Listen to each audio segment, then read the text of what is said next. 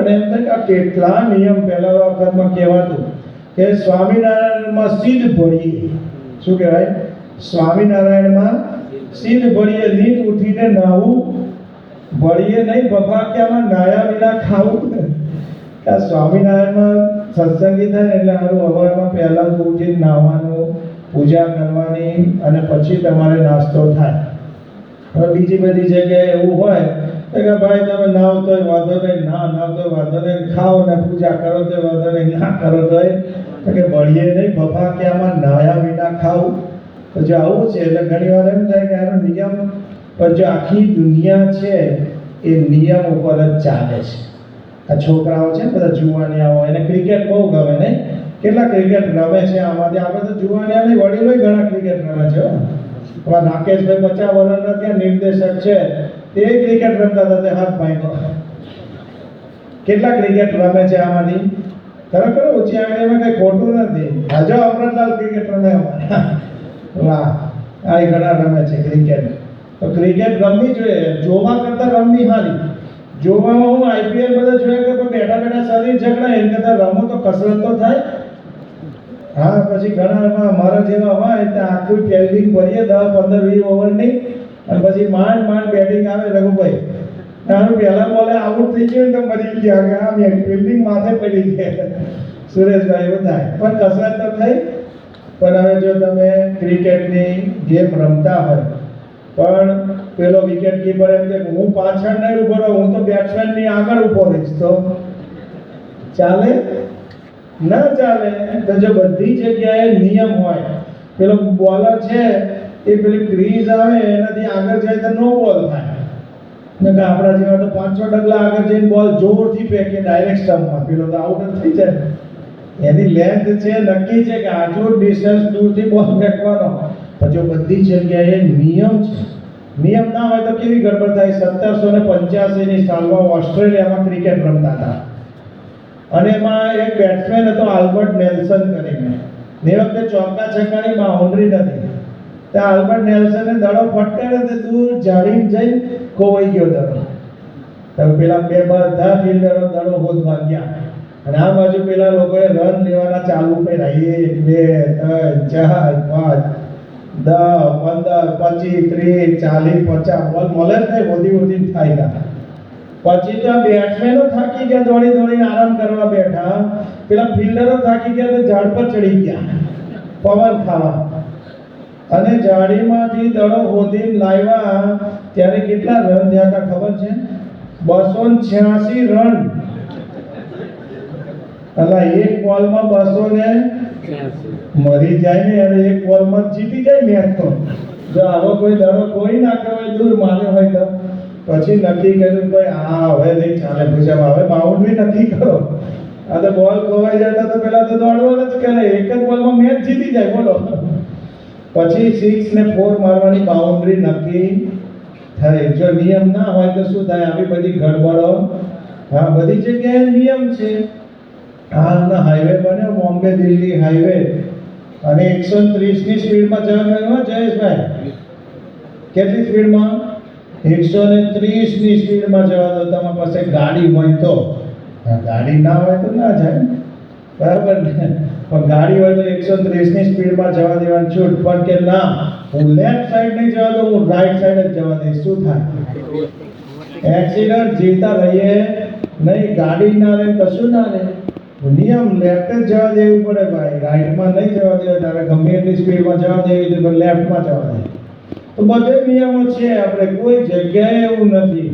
પણ તમારા ઘરવાળા હોય, અને અમારા રાહુલના લગ્ન થઈ ગયા છે. જો હવે ગયા 9મી તારીખે લગ્ન ધામધૂમથી થઈ ગયા. કેમ? અમલ સાહેબનો આપણો પાટોત્સવ 10 તારીખે અમલ સાહેબનો પાટોત્સવ હતો અને લગ્ન થઈ ગયા છે એમના. તારા પપ્પા કઈ ગયા? રાજુ કાકા પાછળ બેઠા. તો લગ્ન થઈ ગયા છે. હવે એના ઘરવાળા રસોઈ બનાવતા એમ ફોન કરે કે આજે લાડુ બનાવશો. હા, તો કે બનાવીશું. પણ લાડુ છે ને દર વખતે તમે ખાંડ ને ઇલાયચી ને એવું જ નાખો છો, આજે થોડું મીઠું મરચું નાખો તો ટેસ્ટ સારો આવશે. ઘરવાળા હું કે તમે છો તમારે નોકરી કરો, 12 વાગે તાર લાડવા ખાવા આવજો, મીઠા મરચાની વાત ના કરજો. તો નિયમ છે, લાડુ છે તો લાડુમાં ખાંડ જ નાખવાની હોય, સાકર નાખવાનું કે ઘી નાખવાનું હોય, એમાં મીઠું મરચું નખાય. દરેક વસ્તુમાં બધી જગ્યાએ નિયમ છે. તો ભાઈ સત્સંગમાં નિયમ હોય કે નહીં? બરાબર છે કે નહીં? તો સત્સંગમાં પણ નિયમ છે. જો નિયમ ના હોય તો ગડબડ થાય. પણ આપણે બધાએ મહારાજ ગુણાતીતાનંદ સ્વામી કહ્યું, મહારાજ ઊભા થઈને બોલ્યા, સ્ટેજ ઉપર ઊભા થઈ ગયા મહારાજ, બધા નિયમ પાળજો. સુરત શહેરથી ગોદડીમાં ડાઘ લગાડશો ના. તો આપણે બધા શું કરવાનું છે? નિયમ પાળવાના. મહારાજ મધ્યનું 61મું વચનામૃત, એમાં પણ આ જ વાત કરી છે. કયું વચનામૃત મધ્યનું? નિયમ નિશ્ચય. 61મું. એનું ટાઇટલ શું છે? નિયમ નિશ્ચય પક્ષ. નિયમ નિશ્ચય અને પક્ષનું. મહારાજ કે જે હરિભક્તમાં આ 3 વાના હોય એ હરિભક્ત પાકો હરિભક્ત કહેવાય. તો 3 વાનામાં નિયમ નિશ્ચય અને પક્ષ. પહેલા નિયમ આપ્યો મહારાજે. મહારાજને આપણને બધાને શું કરવા છે? પાક્કા બનાવવા છે. શું બનાવવા છે? પાક્કા. કાચા નહીં નાખવાના હો. કુંભારના ઘેરેથી માટલું લેવા જાય તો શું કરીએ આપણે? ટકોરામાં એ બરાબર ના કે કાચું જો માટલું હોય તો ફૂટી જાય, પાણી ઠંડુ થાય નહીં. એટલે શું કરીએ છીએ? પાકું માટલું લઈએ છીએ. આપણે પણ બધું પાકું લઈએ છીએ. જો બરાબર છે કે નહીં? ઘરમાં રસોઈ બનાવી હોય, એમાં રોટલી કાચી હોય તો મજા આવે. રીંગણા બટાકાનું શાક હોય પણ રીંગણા ચડી જાય, બટાકા કાચા રહે તો તપેલી રીંગણા બટાકાનું શાક બનાવો ને, અને એમાં જો ધ્યાન ના રાખો, લીંબુ પહેલા નાખી દો ને તો બટાકા ચડે જ નહીં, કાચા રહે. કુકરમાં વાંધો ના આવે પણ તપેલી ના ચડે, એટલે લીંબુ છેલ્લે નાખવું પડે. તો જો બટાકા કાચા રહે મજા આવે શાકમાં? ભાત કાચા રહે તો મજા આવે ના? મજા. બધું પાકું જોઈએ. મકાન બનાવવું હોય તો એમાં ઈંટો 2 પ્રકારની હોય છે ને, કાળી ઈંટ ને લાલ ઈંટ. કાળી ઈંટ કેવી હોય? કાચી. તો પેલો કે સસ્તી મળે, કાચી લઈ લઈએ, લાવ ને કાળી ઈંટ બનાવી દઈએ, મકાન થાય, પડી જાય બધું. પાકી ઈંટો જોઈએ છે. બધે પાકું હતા. કેરીઓની સિઝન ચાલે તો કેરીઓની સિઝન. કાચી કેરી કેટલા ભાવે? 2-3 જણા છે ઘરે આગળ કાચી કેરી ભાવે. પાકી કેરી કેટલા ભાવે? બધાને ભાવે છે કાચી કેરી. જો પાકી કેરી બધાને, પાકી ગયેલા હોય તો જ મજા આવે. કાચી કેરી મજા આવે. અને કાચી કેરી હોય તો શું નાખીએ આપણે અંદર? મીઠું મરચું. હા, કાચા હોય મરી ગયા, મીઠું મરચું. પણ પાકા હોય તો શું નાખે અંદર? ઘી, સૂંઠ. બરાબર કે નહીં? એમાં જીરું મીઠું તો નાખે, મરચું નહીં નાખતા એટલે સારું. પણ જો પાકી કેરી થાય તો સૌથી પહેલા તો ફ્રીજમાં મૂક્યા. આવા ઉનાળામાં ઠંડક મળી જાય કેરીને. કાચી કેરી કોઈ ફ્રીજમાં મૂકે ના, એને ગરમી રાખો પકવવા. કાચા હોય ને પકવવા ગરમી રાખે આપણને.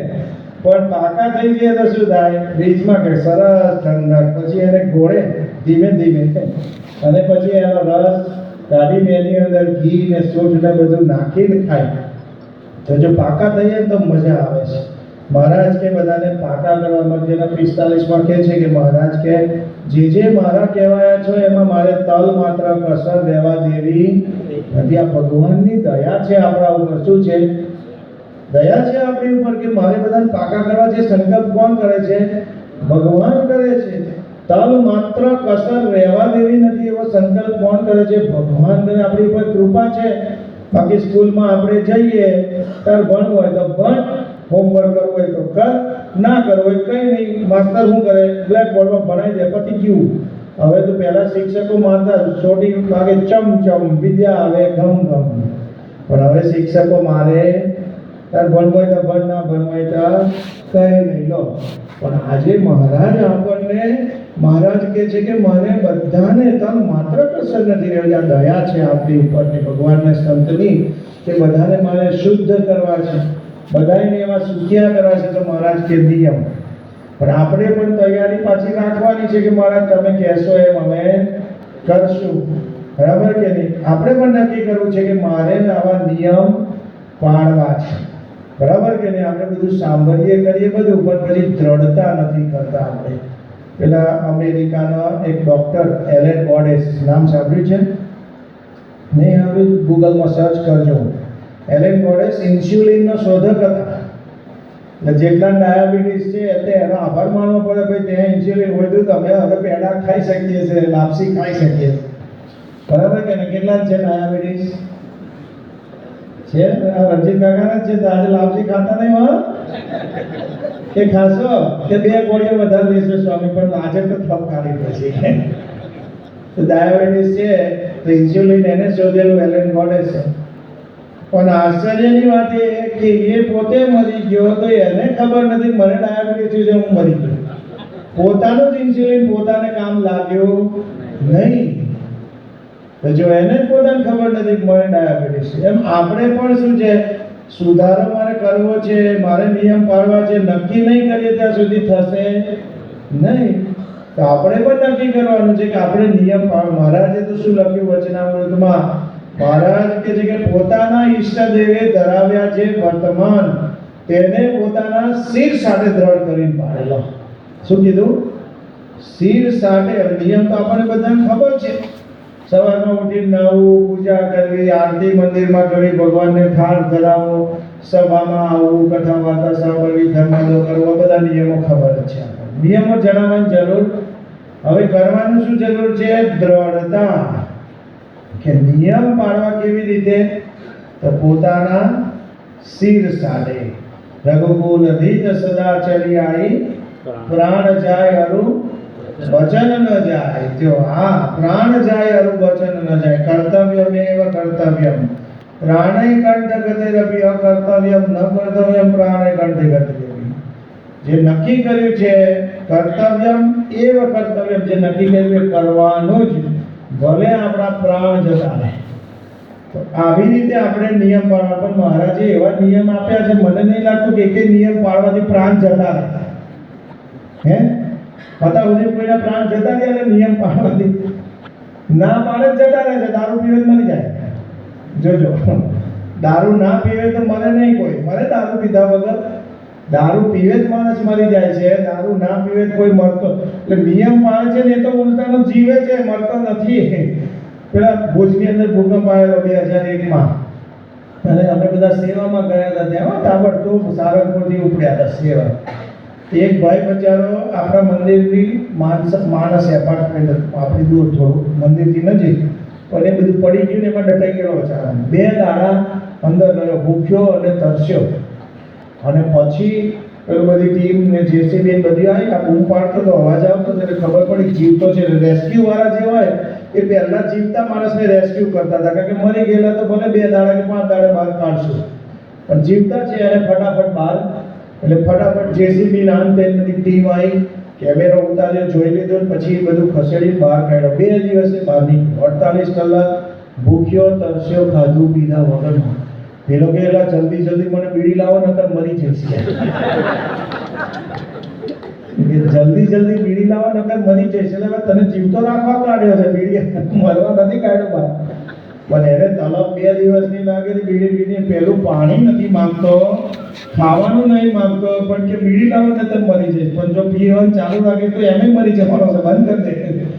તો જે નિયમ પાળવાથી કોઈ મરી જવાના, નિયમ ન પાળીએ તો જ મરી જવાય એવું છે. દારૂ, માંસ, આ બધાથી આપણે નુકસાન. એકાદશી કરવાથી કોઈ મરી ગયો એવું જોયો?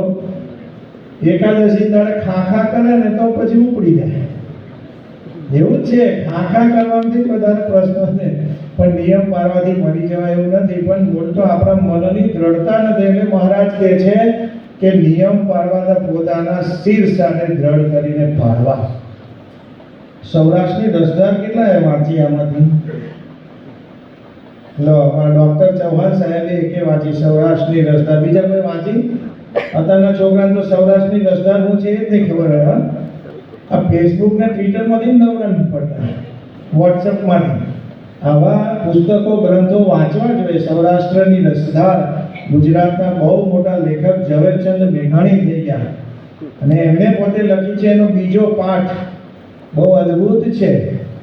એનું ટાઇટલ છે રંગ છે રવાભાઈને. શું છે ટાઇટલ? રંગ છે રવા.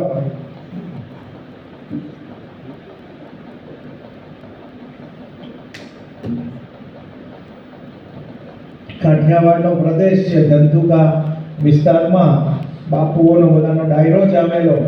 અને એની અંદર બધાને પેલું જે અફીણ હતું એ હાથમાં અફીણ ને અફીણ થોડુંક જ લેવાનું હોય, અંદર નાખીને પાણી નાખીને પછી ઓગાળી પી જવાનું હોય. કસુંબો કહે એને, શું કહે?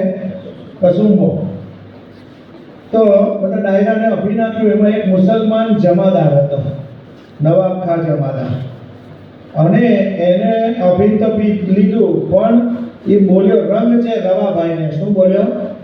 રંગ છે રવાભાઈને. એટલે બધાએ પૂછ્યું કે તમે દર વખતે અફીણ પીઓ છો, આ રંગ છે રવાભાઈને કેમ બોલો છો? આ રવાભાઈને કેમ રંગ આપીને તમે પીઓ છો? તો કે તમને પ્રસંગ કહું કે એક વખત હું ભાવનગર રાજ્યમાં નોકરી કરતો હતો, અને વડોદ ગામના રજપૂત દરબાર હતા રવાભાઈ. વલભીપુર બાજુમાં ગામ આવે છે વડોદ, અને ત્યાંથી રવાભાઈ છે એ 2 ગાડા લઈને પોતે પોતાનું ઘર નવું બનાવતા હતા. પતરા ને લોખંડ ને બધી વસ્તુઓ લેવા ભાવનગર ખરીદી કરવા ગયેલા. સાંજનો સમય છે, પાછા પોતાને ગામ આવતા હતા. ચિત્રા ગામ ગયું અને વર્તેજ ગામ ગયું, ને પછી આગળ જંગલ જેવું આવ્યું તો ત્યાં 2 મુસલમાન, એમાંનો એક હું, 2 મુસલમાન સિંધી સિપાહીઓ ભેગા થઈને કીધું કે ભાઈ ઝડપી લેવી છે. ને રવાભાઈ કીધું કે ભાઈ અત્યારે જંગલમાં ઝડપી એટલે કે તમારું શું કહેવાય, ચેકિંગ કરવાનું છે. તમે અફીણ લઈ નથી જતા ને? એ વખતના જમાનામાં ભાવનગર રાજ્યમાં અફીણનું મનાઈ હતી. તો કે આગળનું જે ગામ આવે એ ગામમાં તમે અમારા ગાડાની તપાસ કરજો. ત્યાં થોડી વાર થઈ અને ગામના વાણિયા, ચાપસી વાણિયા ને બધા ભેગા થયા. એ પણ ગાડામાં બેસી જતા હતા. ભાવનગર કંઈક પ્રસંગે ગયા છે, ત્યાંથી ગામમાં પાછા જતા હતા. એટલે આપણે રવાભાઈ દરબારને જોયા કે વાહ, બહુ રાજી થઈ ગયા. જય સ્વામિનારાયણ રવાભાઈ, જય સ્વામિનારાયણ.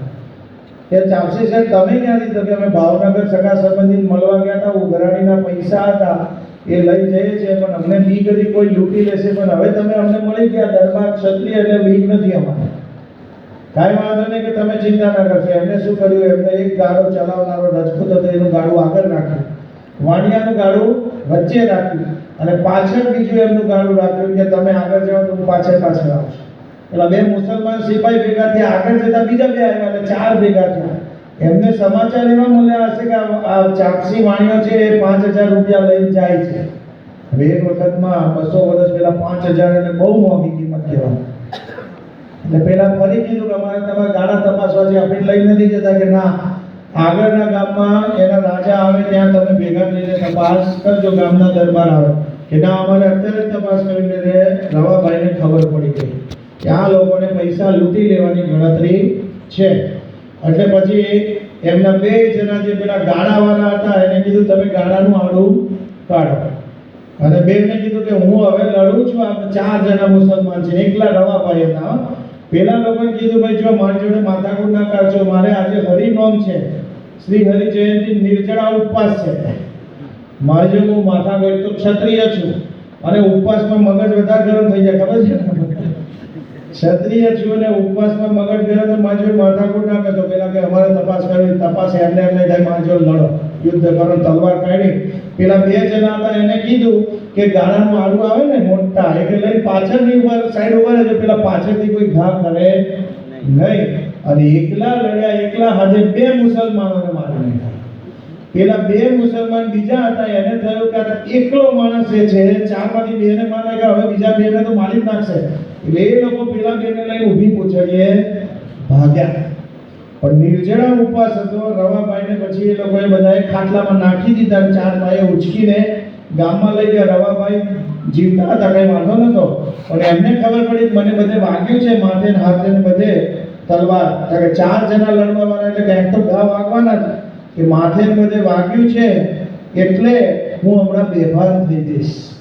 એટલે પેલા જે 2 એમના ભાઈ હતા એને કીધું કે જો હું બેભાન થઈ જાઉં અને મને ઘરે લઈ જાઓ, પણ બધાને કહી દેજો કે દવા તરીકે મને દારૂ કોઈ દિવસ પીવડાવે નહીં. ભલે મરી જાઉં તો મરી જાઉં, પણ મને દારૂ પીવડાવતા નહીં. બાકી આપણે કહીએ ને ઘણી વાર દવા દારૂ કર્યા એમ, કે દારૂ પણ દવા તરીકે વપરાય છે ઘણી જગ્યાએ. હા, દવા દારૂ શબ્દ ભેગો વપરાય છે. એટલે દારૂને પણ દવા તરીકે ઘણી જગ્યાએ વપરાય. બેભાન કરવો હોય માણસને તો દારૂ પીવે તો બેભાન થઈ જાય. શરીરને શું ચાલે છે ખબર પડે. ઘણી થોડી શરદી થઈ ગઈ તો પીવડાય છે, 2 ઘૂંટડા એટલે શરદી મટી જાય. દવા તરીકે દારૂ વપરાય છે, એટલે દવા દારૂ કે છે.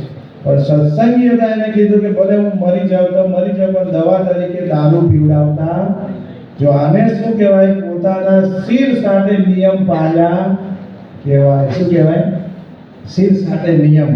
જે થવું હોય એ થાય, પણ આપણે બધાએ આવી દ્રઢતા કે મારે શિર સાથે નિયમ પાળવા છે. તો ગુણાતીતાનંદ સ્વામીની વાતમાં મહારાજે આગ્રહ રાખ્યો છે ઊભા થઈને કે કોઈ નિયમ લોપશો નહીં. તો એ મહારાજ આ વાત કરે છે. જો નિયમ પાળવાથી કેટલા બધા લાભ થાય છે. એક તો આપણે વાત કરીએ એમાં શરીરની શુદ્ધિ, તબિયત સારી રહે. બહારનું બજારનું ના ખાઈએ ને, લારીનું ગલ્લાનું તો સારું રહે. આ બીજા પાસ્તા નાસ્તા એટલે આ લાપસી બધી ધબધબાવે. હા, લાપસી ખાવ તો શરીર સારું રહેશે, વાંધો નહીં આવે. દાળ ભાત શાક. પણ બહારનું લારી ગલ્લાનું ખાઈએ ગમે તે, પછી પેલી કોકો કોલા થમ્સઅપ પીએ છે ને, શરીર બગાડવાના ધંધા છે. તો નિયમ પાળીએ તો શરીર સારું રહે. સાથે સાથે તમે જો બીજા બધા ફાયદા, મનોબળ પાકું થઈ જાય. આપણે ગમે તે કાર્ય કરવું હોય, પ્રમુખ સ્વામી મહારાજે 98માં બાયપાસ કર્યું. અમારા ડૉક્ટર બેઠા છે જો, બાપાને બાયપાસ કર્યું ત્યાં લેનોક્સ હિલ હોસ્પિટલમાં, ન્યુયોર્કમાં. બહુ મોટી હોસ્પિટલ. અને ડૉક્ટર સુબ્રમણ્યમ આપણા ઇન્ડિયન, પણ જે દુનિયાના સારામાં સારા 3 હાર્ટ સ્પેશિયાલિસ્ટ કહેવાય બાયપાસના, એમાંના પોતે એક. અને કેટલા 2000 ઓપરેશન 98માં કરેલા સુબ્રમણ્યમ સાહેબે. અત્યારે તો ઘણા બધા કર્યા હશે બાયપાસના ઓપરેશન. પણ એમને ઓપરેશન કર્યું, સ્વામી બાપાને 5 દિવસમાં રજા આપી અને વેસ્ટચેસ્ટરમાં મહેન્દ્રભાઈના બંગલે બાપા આરામ કરતા હતા. અને રોજ આપણા નિલેશભાઈના સુબ્રમણ્યમ સાહેબ બાપાની ખબર જોવા આવતા. પણ સ્વામીને એમને વાત કરી કે બાપા તમારી રિકવરી 78 વર્ષે પણ આમ જાણે કે 30-35 વર્ષના જુવાન હોય ને એને રિકવરી આવે એટલી ફાસ્ટ રિકવરી આવે છે. તો કે આનું કારણ શું? તો પ્રમુખ સ્વામી મહારાજનું મનોબળ મજબૂત, મન મક્કમ. એટલે જે રિકવરી 3 મહિને ના આવે એ રિકવરી 1 જ મહિનામાં સ્વામીને આવી ગઈ. પણ એનું કારણ આ છે, આપણે નિયમ ધર્મ પાળીએ તો મન શું થાય છે? મજબૂત થાય છે. અને